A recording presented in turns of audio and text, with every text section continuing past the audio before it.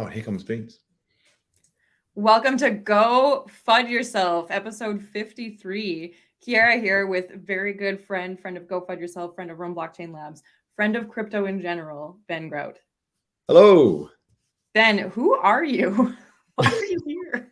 I've been asking myself that for years. I'm still searching, to be honest.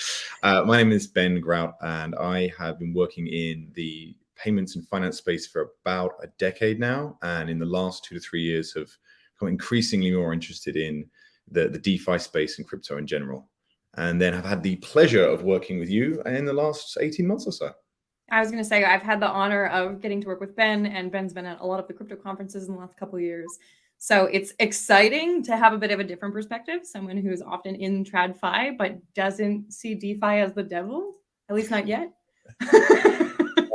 It's the savior. It's the savior. I think a lot of people misunderstand it, and then it's the whole fear of the unknown, right? But that's what my dating profile says. And there's my dog in the background. Oh yeah, hi dog. Hi Beans. I like that your blur has decided that he can stay. Yeah, accepting him. Okay. Today, we're going to talk about some things that are maybe good news. We're going to talk a little bit about Bitcoin mining. We're going to talk about new crypto TV, which is fun and dumb. And then we're going to talk about Nigeria a little bit, which will move us into blockchain and banks. So as you know, we haven't yet talked about First Republic. That is coming up for us. And I don't know, maybe there's other blockchain solutions that you and I can hash out. Let's see. Let's find out.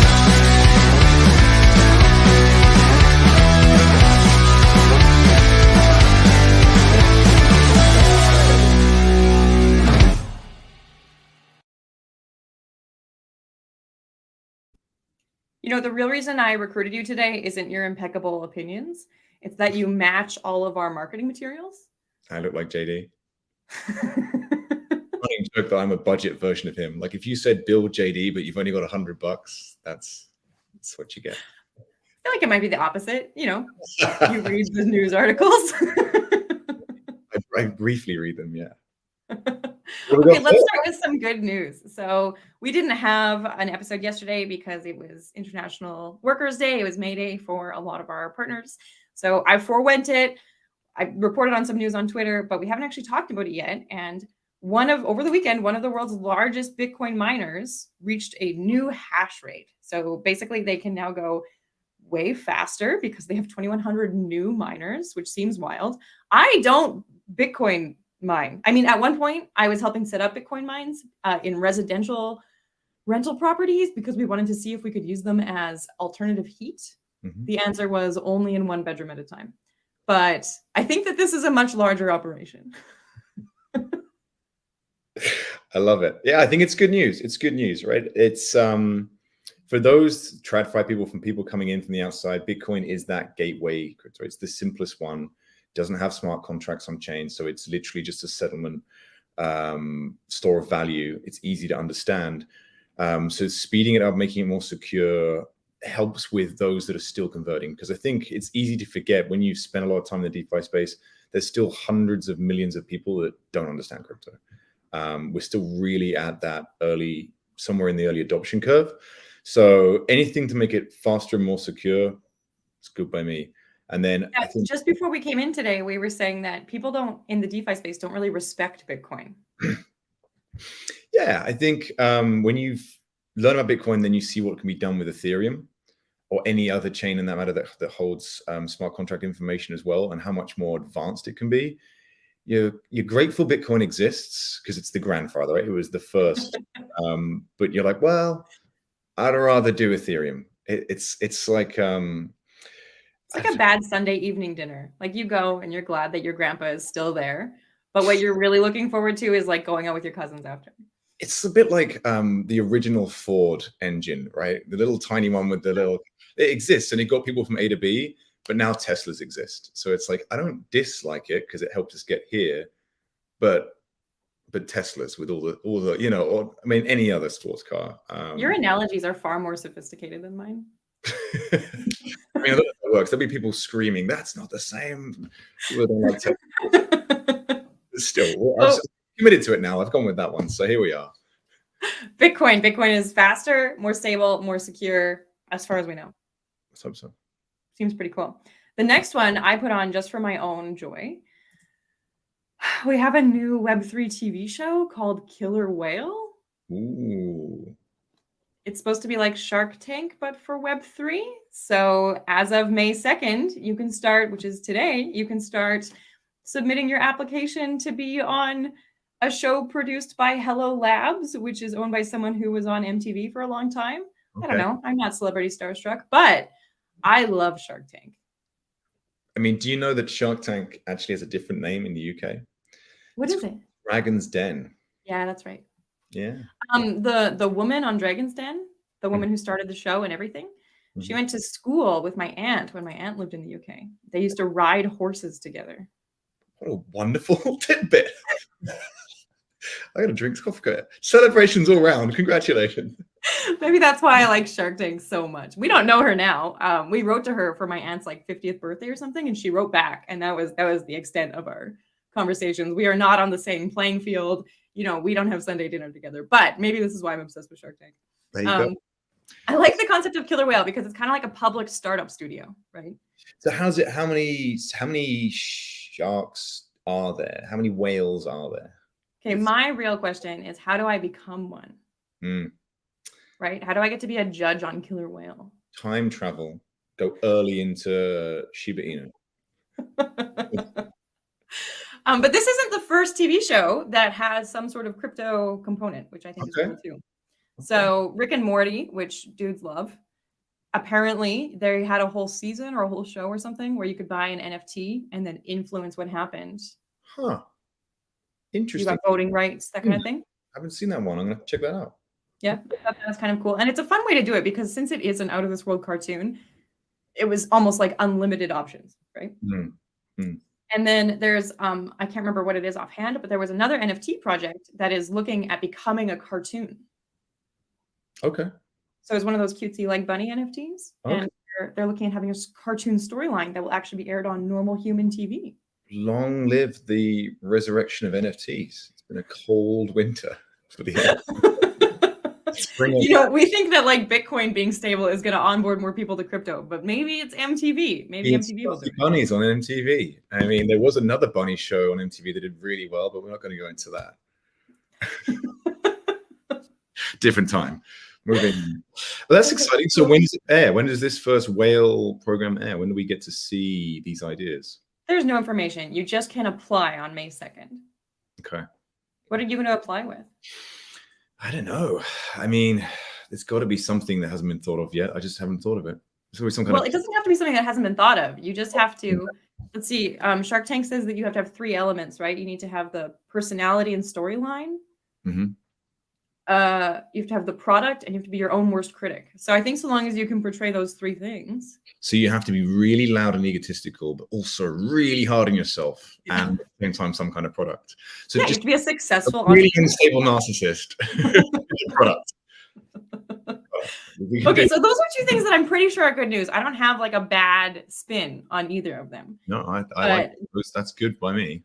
Yeah. Well, I don't know. Maybe some people are really protectionist about Web3, right? So going into mainstream media. Well, the merrier. The more funding, more attention, more on people we can onboard, the better, I think. You're not fuddy enough to be here. You've got to be more negative, Ben. But our next one that's like kind of good news is in Nigeria. So I have spoken before about the CBDC in Nigeria, how it was not well received, how they essentially forced usage of it. And now to try to continue to enforce that usage, but also give people a few more options about what they can do with their finances, what they might actually be able to leverage, is you can have tokens that are backed by your equity, debt, and property. So this is exciting because one of the complaints about using a CBDC or the e-Naira in Nigeria was that it isn't attributing all of the hard work that people have put in already, all of the various assets that they might have built up that aren't the e-Naira. So we're finally at a point where they want to recognize that, and the Nigerian government knows that they can't recognize it on their own. So they're actually taking proposals from DEXs to see how they might use the e-Naira and have them asset backed by real world assets, and then do all of those transactions via a regular DEX. So that's kind of cool. Yeah, this is fascinating space. I think the big thing to remember about sub-Saharan Africa in general is there's a large proportion of it, about 45%, is completely unbanked, which comes out to about 350 million people. But these are all people that are sustaining themselves by some kind of work, right? They are earning value. And what we saw is a number of TradFi banks that have worked in this space where they've gone straight to mobile wallet rather than branch or bank. And effectively, that whole continent skipped the traditional banking checks, if you will, at a branch phase, and went from unbanked to mobile wallet. And then we exchange value through payments, a bit like we have in the US, like Venmo. Barclays had a thing called Ping It in the UK that came out about 15 years ago. There are a lot of peer-to-peer payment apps that use a wallet on your phone, but there's no assigned bank account.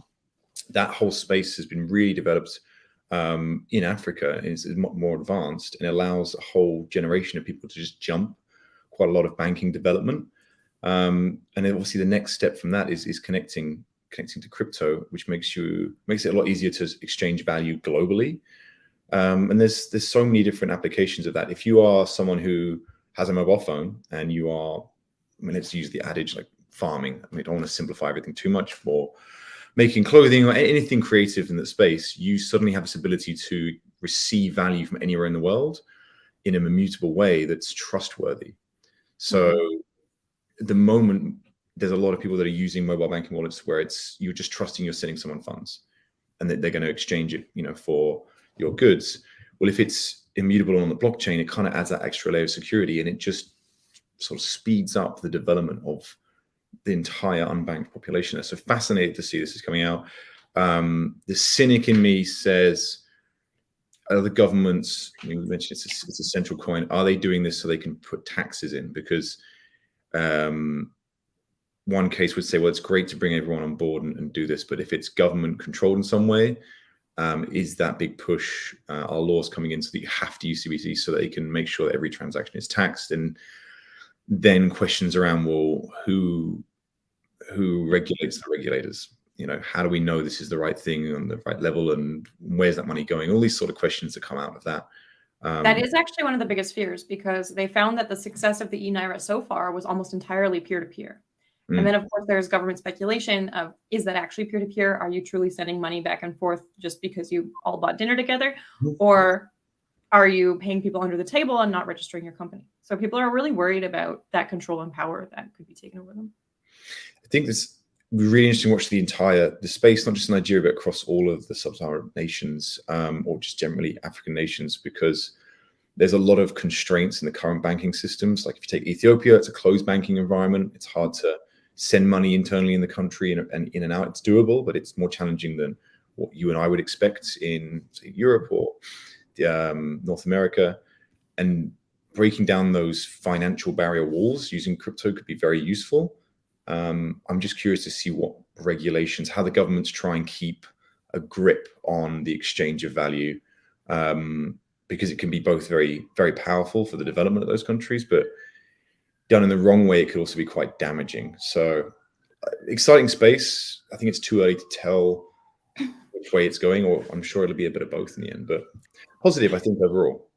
Yeah, I think it's positive too. And I do want to highlight something that you also said about jumping over the branch, right? A lot of these areas in Africa, not everywhere, obviously there are bank branches. Obviously there are major cities. Nigeria, I believe, is the most populated country in Africa. I read that today, but I didn't fact check it, so don't come for me. But they also are saying that most of the people who are investing in assets in Nigeria are between 45 and 55 years old. So they're looking at some of these digital elements and how that might onboard the next generation so that they don't have a whole unbanked generation again, essentially, right? Because they have a huge number of unbanked people. But where I'm kind of going with this is that we skipped Africa for a lot of technologies that we in the Western world thought were really critical, and then they got blown out of the water.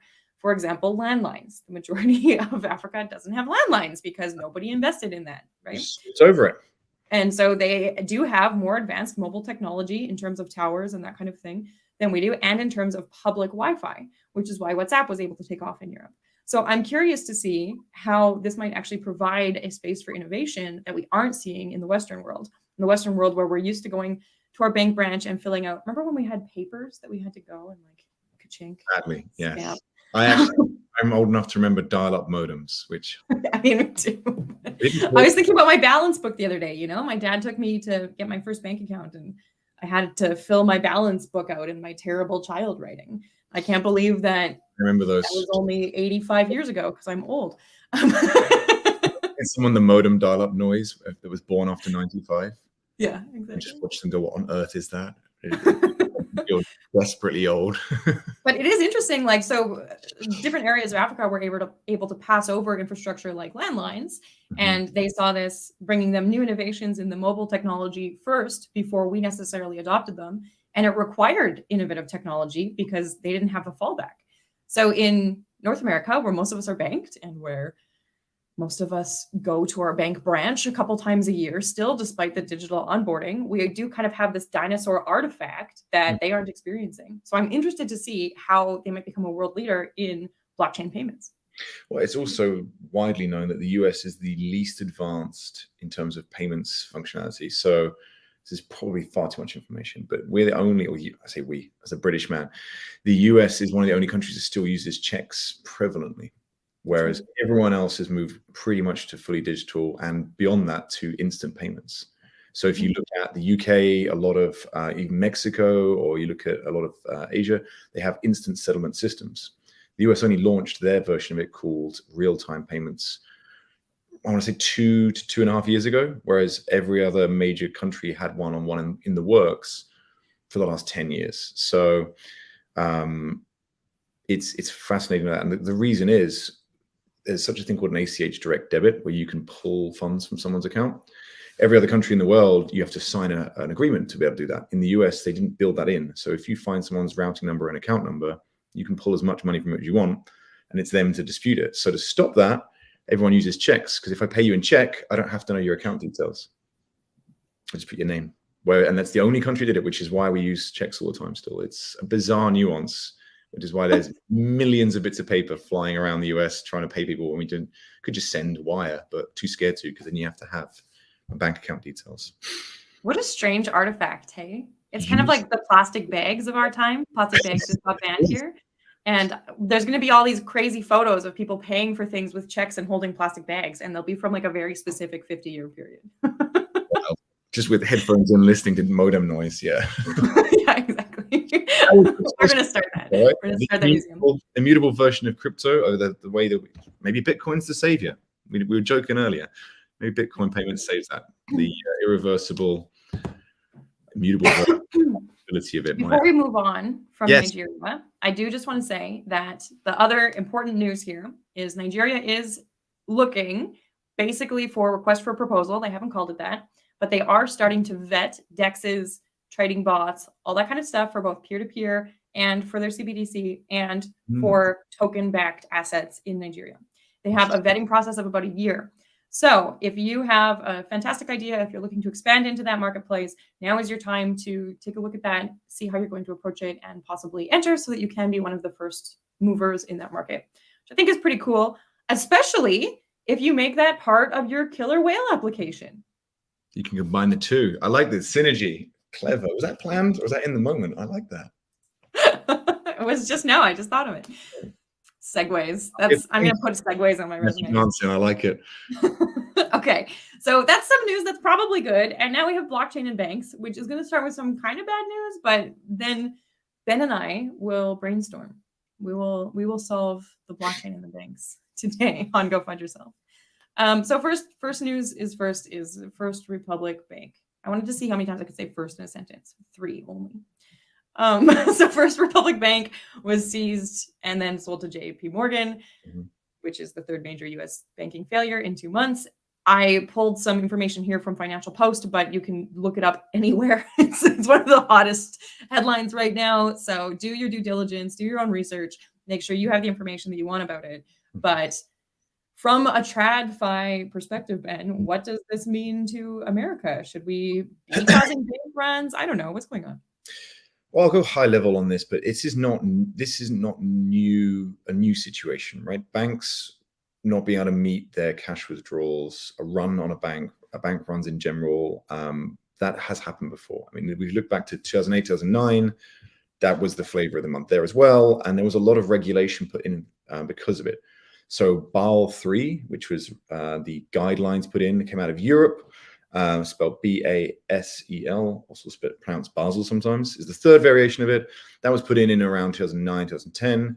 And the reason for that was to try and avoid this happening again globally.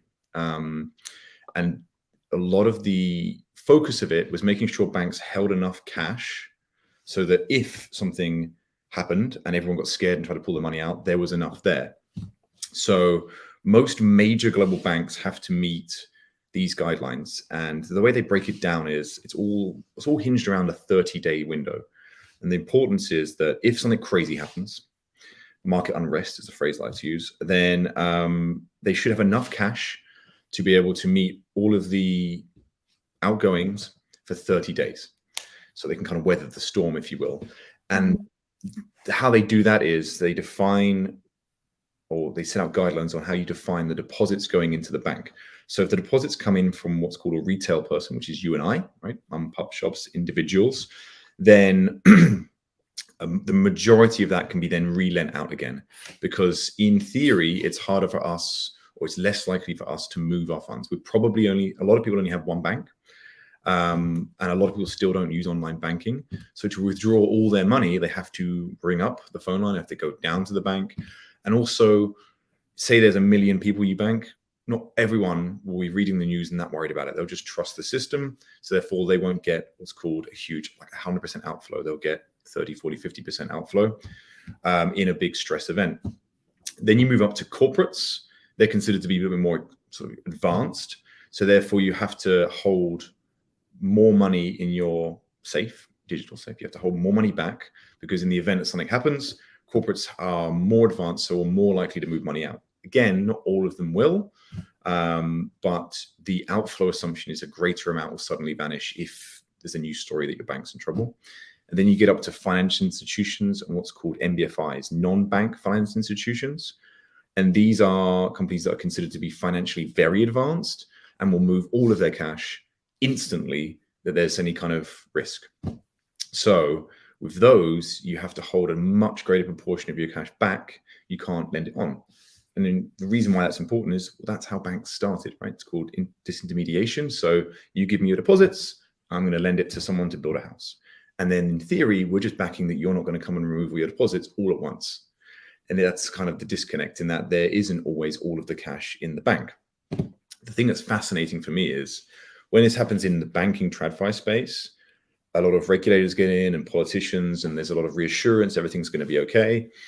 And then when something like FTX happens, and I'm not saying that FTX was right or wrong, I'm just saying it's a very similar comparable situation whereby the money wasn't there. It had been lent to make more money. It's, you know, woe is me, the world of crypto is the devil and everything must end. It's very similar situations. And over the years, over the last 20, 30 years, there's been multiple banks that have failed by not having the cash. There is obviously fear in that space now, but I think it is comparable that a lot of blockchain companies have also been caught with that, with lack of reserves. The terminology is different, but effectively it's similar situations whereby there isn't the crypto to withdraw. The reason why some of these smaller banks started with Silicon Valley and then went to First Republic is these mid-tier, or what's called regional banks, were the amount of cash they had to hold or under regulation, the guidelines for that were reduced to make it easier for them to be competitive with the larger international banks. So they didn't have to hold as much cash. So then they didn't. And then with rising interest rates, a lot of what the investments that the bank made in bonds, I don't want to get into too much detail, but a lot of investments they made were profitable when interest rates were low. And they say they were making 2 to 3% on their investment and then paying 1% to the savings accounts for the people. As savings account rates went up, they were paying out 4%, but then their investments that were locked into were paying 2 to 3. So then that disconnect meant they're in trouble. And then that sparked, there's other elements to it, but it sparked the downfall. So I think it's really unfortunate for all those people that have lost money. There's a lot of people out there that are going to be in difficult situation because of it. I do think there's opportunities for crypto to help with this. And there are already technologies that crypto companies are using. Proof of reserve, right? There's a number of companies out there. For example, Chainlink has a proof of reserve solution, which makes it very clear and transparent on how much Bitcoin they hold back or underlying reserves and what those coins are and how liquid they are. That similar solution could be mapped across to banking, because it's not always entirely clear real time how much these banks have in reserve and how much is out in the market. So that's one solution. Hold on, before we move from that solution, I have to. So the average person, I'm not saying you, obviously you've been in banking and TradFi, and maybe not even me, because I have some general understanding of how banking works. But the average person who's paying for the groceries with a check probably doesn't have a great understanding of what's going on with their bank. Fair. So is transparency, do you actually think that transparency would improve sentiment? Or do you think it would cause some fear and uncertainty? This is totally opinion-based, of course. I think it would cause some fear and uncertainty for the average person realizing how little banks have in reserve. It's a very good question. There's one case you could say, well, in Europe, for example, especially in the UK, you have to split your retail bank from your corporate investment bank. And they have to have two different balance sheets by UK regulation. So they have to sit in completely different legal entities. So say we banked with a UK bank, all of our money would sit in one arm. And then every major corporate and investment company would sit in a completely different. So if there's a major run, all of the money would get drained out from the investment side quickly, along with, which is where a lot of the riskier or higher risk investments made by the bank sit, is unrelated to the individual. And so that's one way they split it. In that situation, I think having visibility to know that all of the cash is still there. If you saw a large news story that Bank ABC has had X billion flow out, and being able to see that actually that was from the other side of the bank that's completely unrelated and it can't impact mine, could be useful. But then there's another case to say, well, if you had total clarity to see exactly how quickly money was flowing out of your bank, it's almost like that knock-on domino effect that on day one, there's a news story and X billion rushes out. You'd see that and then you get scared and you rush down there for day two and it makes it twice as bad. And then the person that wasn't worried saw the twice as bad day and rushes down there, makes it 3 times as bad, and it would happen even quicker. Potentially, would that be that worse than what we're currently seeing? Because at the moment we're completely reliant on news stories. And fear sells newspapers. I don't know whether it would make it better or worse. At least we'd have clarity as individuals. It's interesting, and neither you nor I are natively American. We were not born in America, so even though we're there a lot, that's not necessarily where our values and virtues come from.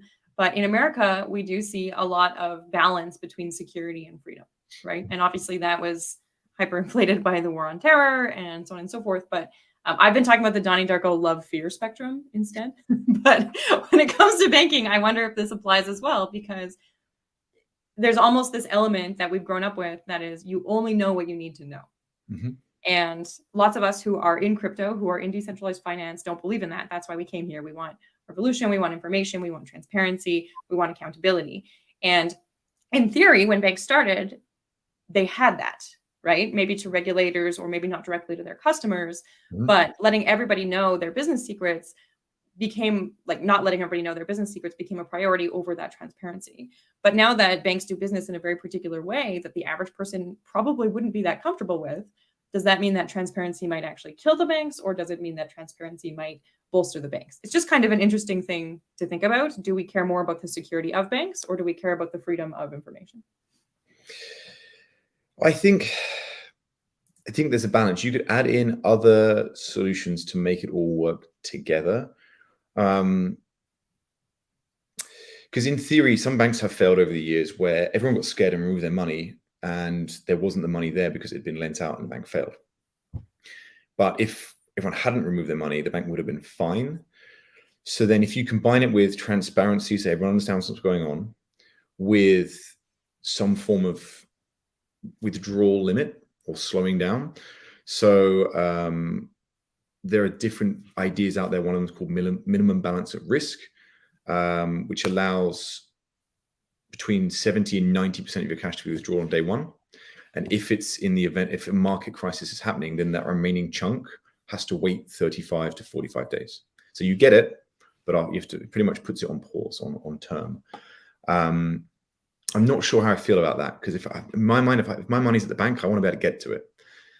But then the flip side is, well, if a chunk of it can't come out, but that stops everyone losing their money, there's a positive. But at the end of the day, hey, if I want to buy a house, which I'm trying to do now, and that's a headache in itself, if I can't get to a chunk of my money, I have to plan it in advance by a month.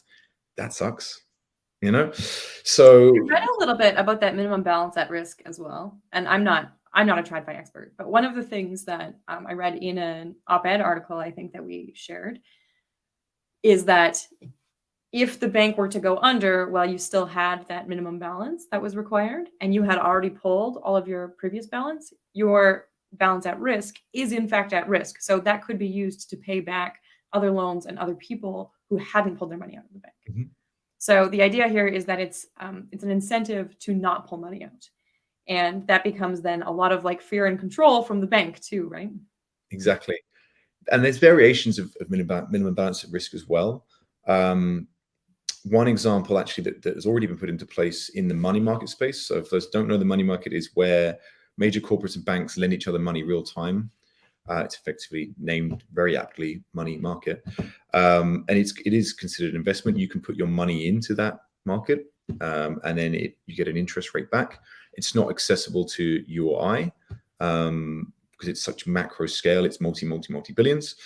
But the US money markets put in a regulation on one particular part of it called gating, which is exactly that if you pull out all of your money instantly, a portion of it has to wait 30 days, I believe it is, which happened about 7 or 8 years ago. But that was part of the fallout from the 2008, 2009 credit crisis. And that was purely designed to stop full runs and people banks collapsing because of it.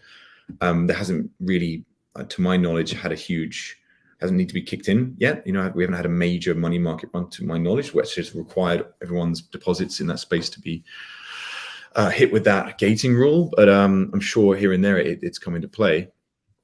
But I think there's maybe minimum balance risk doesn't quite work because there's still risk there, but something around that space where you combine transparency with delay might save people future. For me, I don't know where I sit on that yet, because I still struggle with the idea of not being able to get hold of my own cash. And that just pushes me towards crypto more, if I'm honest, because I can at least get to it instantly. And then, of course, you have proof of reserves. And that's instantly accessible information. So really what I'm saying is I see what TradFi is trying to do here, but I think blockchain can help with that in terms of reporting balances, especially if big banks start to release their own central currency, for example. I know JP is looking at this. Mm-hmm. You could say in the future, JP could hold all of their reserves in their own coin, which is instantly reported through proof of reserves. So everyone can clearly see, on their banking app exactly how much reserves. That could happen. It might not. But that's something along those solutions where every retail person, every corporate can see exactly how much is in reserve, would be beneficial. And then if you added in some kind of delay to stop that final bit going and crashing the bank so that everyone loses their money. But then the more efficient version would just be completely move across to crypto, both from a payment settlement perspective, which we haven't even touched on yet, and then also proof of reserves and transparency. Having one clearing, like Bitcoin clears all over the world, right? Whereas in TradFi, there's all these different payment networks that work together, the Swift network, local ACH wires, all sorts of stuff like that. Payments get stuck all the time. If you were to move to fully transparent crypto payments and proof of reserves, you would definitely have more efficiency in the market. But then, as we know, if we look at FTX, there can still be runs, right? There can still be big runs. Terra Luna, also, that was part of that piece on the currencies, which proof of reserves will help. And if you don't know if you've seen the information Binance has come out with, but they are very well funded. I think that was, it's very clear. They did very well at the back of that whole debacle.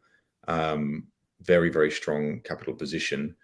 And that has caused a lot of influx of balances, right? Because everyone can see globally how strong a position they are. So, and it also caused a lot of questions to some of the other competitive dexes or exchanges, asking questions. Well, where is your reserve? How much do you have? How liquid is it?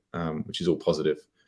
But again, it's not too dissimilar between what happened with FTX Terra Luna and then what's happening with First Republic and Silicon Valley Bank.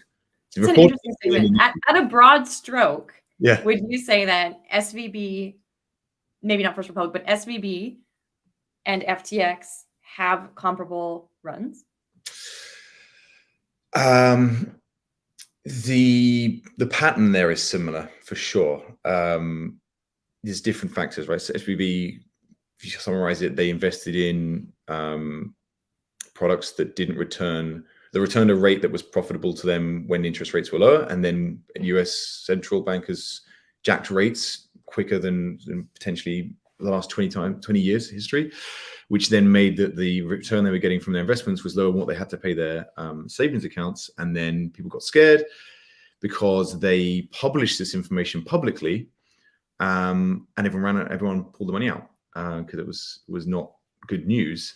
And then interesting from that, other banks started getting runs because people got scared, whereas no other banks had published bad information. They're like, well, hang on a minute, if SVB is going down, we should look at XYZ Bank as well. You could compare the SVB situation to FTX by saying, well, they made investments that weren't giving them the returns they wanted, and then that information got out, except rather than self-publishing, there was a release on Twitter, I think it was, wasn't it? And everyone got scared and moved their money out. It's not too dissimilar. You factor in that SVB had a lot of corporate loans out the door as well, and there was some Fed protection, FDIC protection for some of the balances there. There wasn't that level of protection for FTX, again, because it's not regulated in the same way.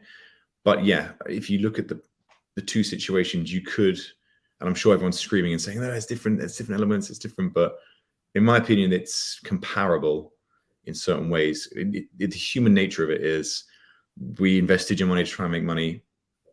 It didn't work as well as we'd hoped. Sorry. Oh my God, that's really scary. Everyone pull your money out. It's effectively what happened but both sides of, one side on TradFi, one side on crypto. It's more complex than that for sure, but roughly the same. Broad strokes though. It's human nature. It's like, oh, what? I might not get my money. I'm just going to grab all of it, which I think anyone in any culture or nation would do. It's just human. So that will forever be human nature. It's how do we put in measures and stops to stop that happening without, very loud sneeze from my dog, without stopping people getting hold of their cash and becoming that nanny state and really going too overboard. So transparency, and then I hate to say it, maybe some kind of stopgap so that if something extreme's happening, it stops everyone moving. I don't necessarily feel good about it, but that would have saved some of these institutions potentially. Absolutely. So, okay, before I let you go, I know I've kept you over time, but before I let you go, other than potential reserve transparency preventing bank runs, in your opinion, what are some other critical blockchain uses that banks could employ quickly?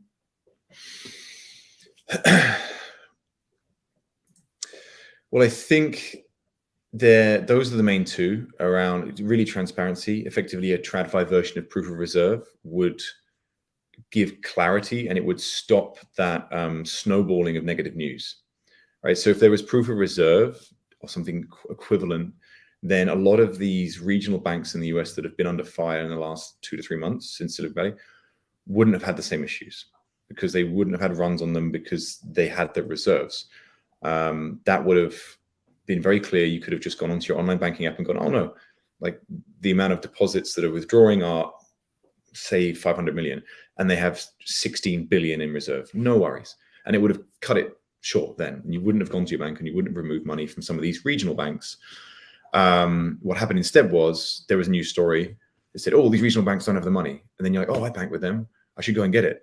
But then you have no idea whether you're going to be the last person to get the money out or not. So I think that would have helped with that. The flip side of that is, though, if there is genuinely short reserves, then that's going to speed it up. So I think that's the main one that would stop a lot of human nature fear, unless there's a real situation. And then the gating. Outside of that, at the moment, I don't see, maybe I've missed something, but major use cases to help fix that situation. Awesome. Thank you so much. I know that I kept you for a very long time and put you on the spot a couple times. But thank you for being here and also for being like a positive light on Go Fund Yourself. Usually JD and I are just super funny. So anytime that we need something uplifting, Ben, you're gonna be called There you upon. go. Yeah, bring me in. Okay, well, thank you so much, Ben. Go fund yourself. Go fund yourself.